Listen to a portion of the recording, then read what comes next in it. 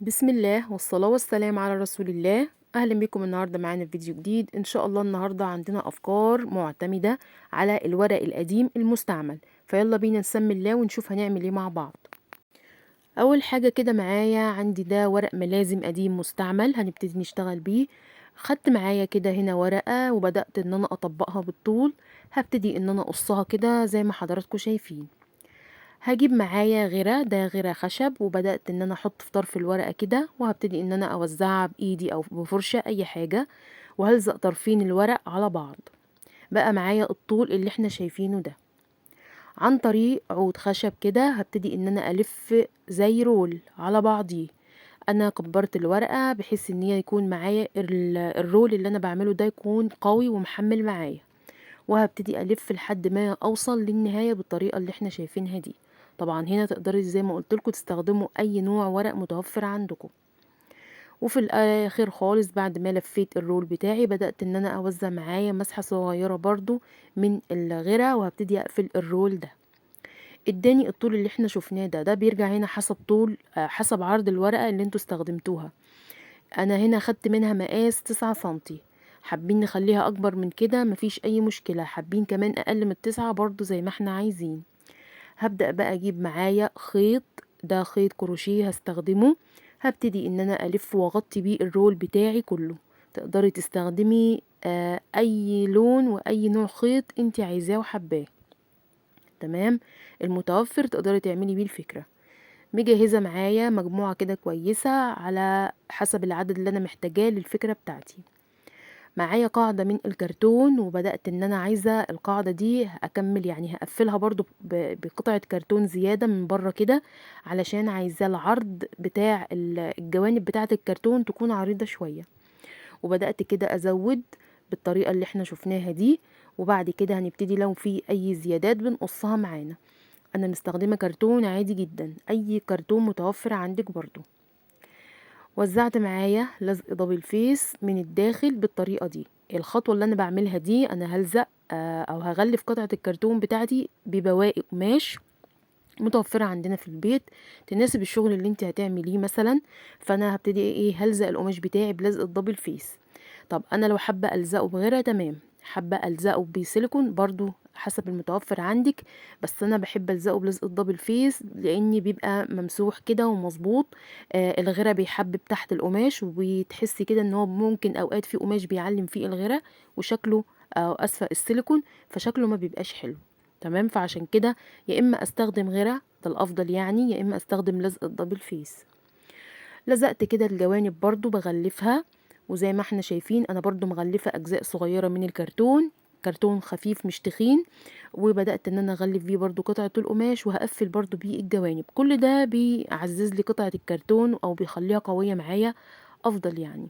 ليه احنا بنعمل فيها شغل وبنحط فيها لزق وفي مجهود وكل الكلام ده، فاعمل الحاجة من اساسها مظبوط تعيش معايا وتبقى تديني نتيجة افضل، احسن ما اعملها على قطعة كرتون خفيفة وممكن الاقيها بعد كده باظت معايا واترمت يبقى انا ما استفدتش حاجة.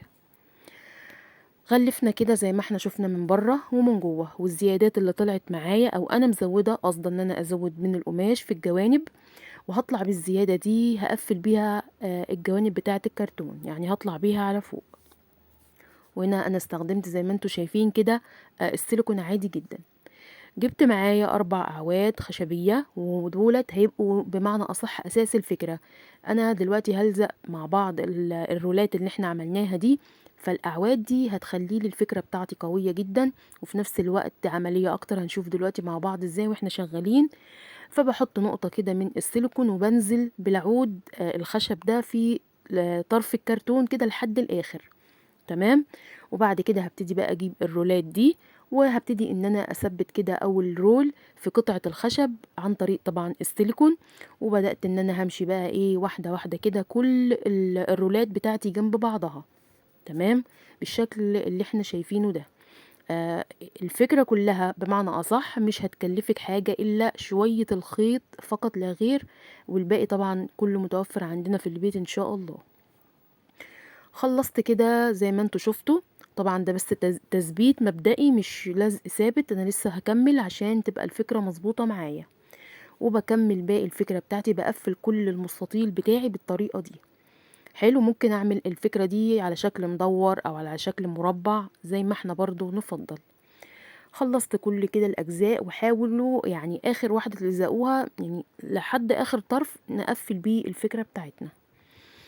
عندي ايه كمان؟ عندي دي اعواد خشبية وبدأت الف عليها خيط. دي بقى هتبقى اساس برضو من اساسيات الفكرة، ان دي هتمسك لي الاعواد اللي انا لزقتها دي، هتخليهم لي كلهم ثابتين وماسكين في بعض، في يعني في حاجة بمعنى اصح ملزوقين عليها.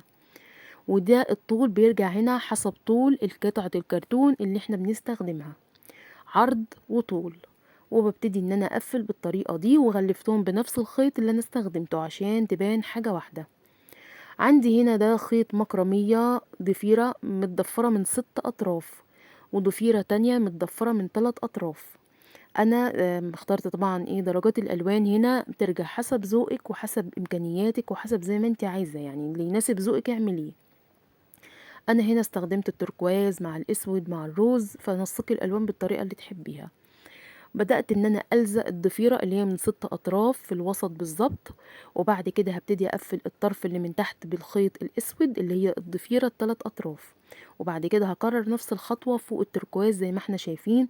يبقى انا قفلت قطعة الكرتون بتاعتي كلها، وجبت كمان شريط من نفس الخيط التركواز ده بس 3 اطراف، وبدأت برضو الف بيها الدوران بتاعي. كل حاجة واضحة زي ما حضراتكم شايفين كده بالشكل ده. جبت معايا ضفيرة كمان بس خيط اسود متضفرة من 6 اطراف، وهبدأ اقفل بيها الشكل بتاعي اللي فوق ده. عايزين نداري منظر الرولات دي عشان يبقى كده في نظام وترتيب في الشغل اللي احنا عاملينه. وبنكمل بالشكل ده. عايزة اقول لكم ان الفكرة قيمة جدا وفي نفس الوقت بسيطة وحلوة جدا، يعني عملتي كده حاجة يعتبر ببلاش. لو بصيت لتكلفتها وشوية الخيط اللي استخدمتيهم هتلاقيهم حاجة يعني على قد الايد جدا جدا، مش هتكلفك كتير، بس عملتي حاجة عملية وقيمة وفي نفس الوقت تنفع فكرة مشروع.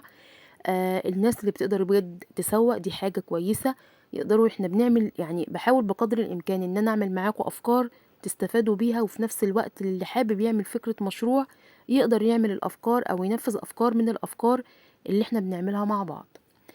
نرجع كده للفكرة. انا جبت قطعة من الكرتون وزي ما احنا شفنا انا غلفتها من الاتجاهين. وبعد كده هنجيب شريط استرس كده حلو، ونبتدي بقى نكسر الالوان اللي احنا عاملينها، وهبتدي ان انا ايه الزق الشريط الاسترس بتاعي ده في اطراف قطعة الكرتون دي. عندي ده رول من الورق او حلقة من الورق لفينها على القلم السبورة، وبدأت ان انا الف عليها خيط. عملت واحدة بالاسود وواحدة بالروز، هبتدي اثبتها في الوسط بالظبط في قطعة الكرتون دي. تمام. بظبط الاول وبعد كده اكد عليها او اضغط عليها، وهبتدي اثبت التانية وهي واقفة كده. انا بعمل زي مقبض عشان نقدر نفتح ونقفل منه البوكس اللي احنا عاملينه. تمام. جبت عندي برضو شوية استرسات تركواز، هبتدي برضو كده الاول هرصهم. اي استرسات بنلزقها اللي هي بتبقى متفرعة دي او بتبقى اجزاء لوحدها بنرصها الاول زي ما احنا شفنا كده، وبعد كده ببتدي اخد واحدة واحدة والزقها عشان بس نعمل ايه. انا بيبقى في مسافات ما بين كل واحدة والتانية، فعايزة يكون ايه المسافات دي ان شاء الله تكون مظبوطة. خلصت بالشكل دوت وبقى معايا ده غطاء البوكس. انا عملته بنفس المقاس الداخلي، تمام، للبوكس مش من بره لا من جوه. بناخد المقاس ونقص قطعة الكرتون ونتأكد الأول قبل ما نغلفها انها مظبوطة، وبعد كده نشتغل عليها. دي كده الفكرة بتاعتي خلصتها ما شاء الله. فكرتها حلوة، عايزة اقول لكم قوية جدا ومتينة وفي نفس الوقت زي ما قلت لكم عملية جدا جدا. مش فكرة وخلاص، لا، حاجة نستفاد بيها، وزي ما قلت لكم كمان نقدر نعملها فكرة مشروع. حاجة هايلة جدا وتحفة جدا. ان شاء الله تكون عجبتكم. اتمنى لو عجبتكم ما تنسوناش باللايك والشير للفيديو عشان يوصل لعدد اكبر من الناس. في اي حاجة انا مقلتهاش او في اي استفسار اكتبولي. فيلا بينا نسمي الله ونشوف مع بعض الفكرة اللي بعد كده.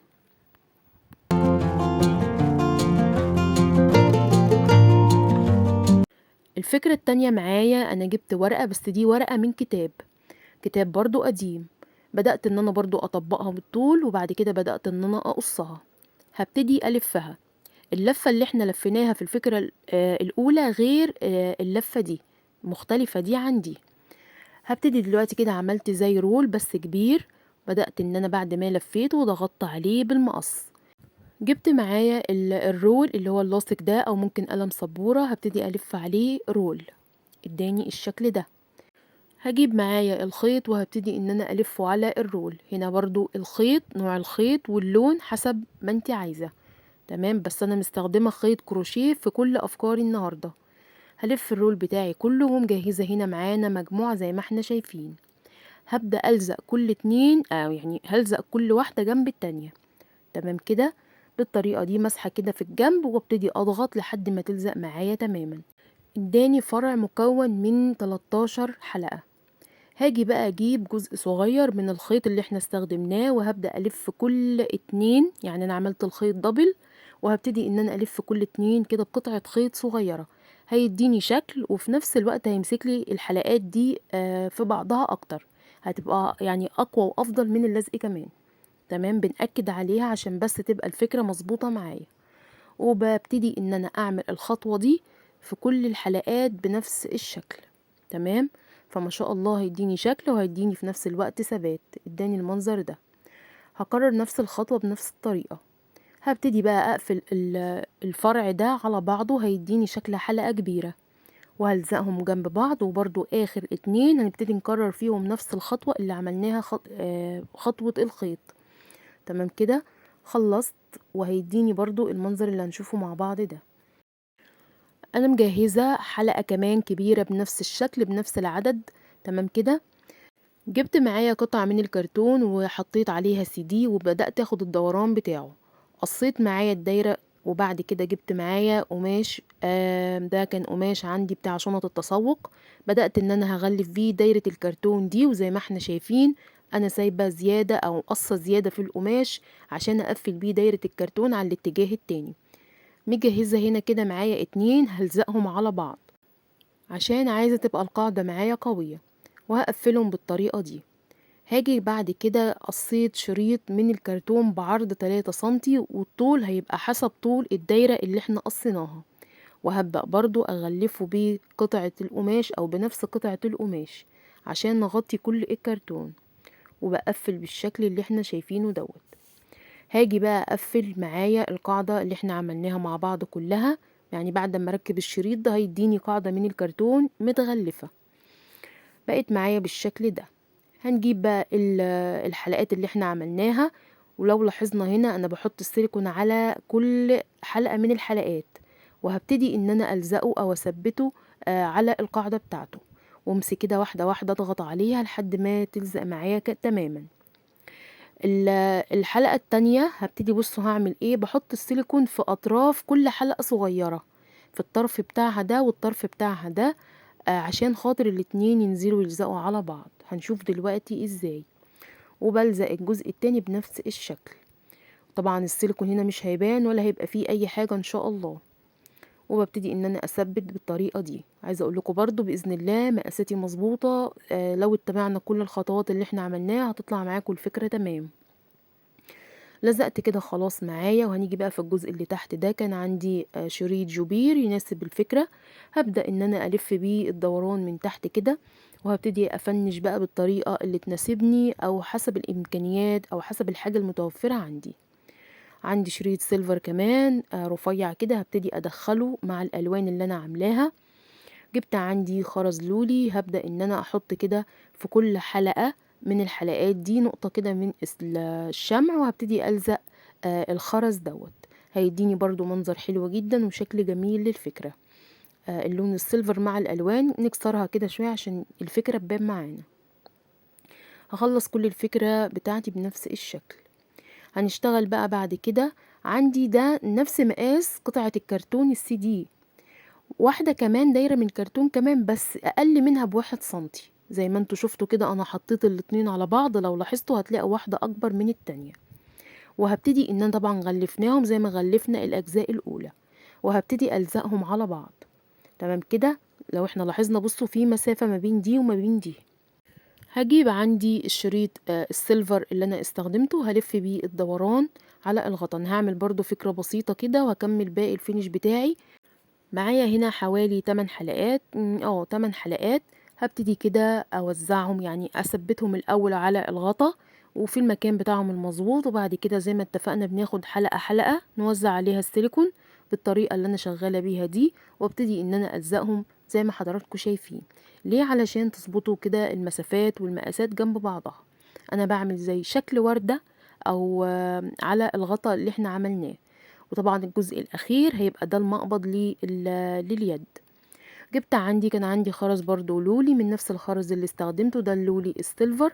وهبدأ ان انا الف كده حوالين همشي مع شكل الوردة اللي انا عملته ده. بوزع السيليكون وابتدي ان انا امشي لحد ما اخلص الفكرة بتاعتي. برضو حاجة بسيطة وجميلة جدا. انا برضو ما استخدمتش فيها الا الخيط، والخيط او القماش كان عندي قماش شنط تسوق. حبيت ادخل اللون الموف مع اللون الروز، اداني المنظر التحفة ده. عملنا برضو حاجة لذيذة جدا وشكلها قيم ونضيفة في الشغل. فيا رب بجد الافكار بتاعت النهاردة تكون استفدتوا منها حتى لو بحاجة بسيطة. لو في اي حاجة مش واضحة اكتبولي.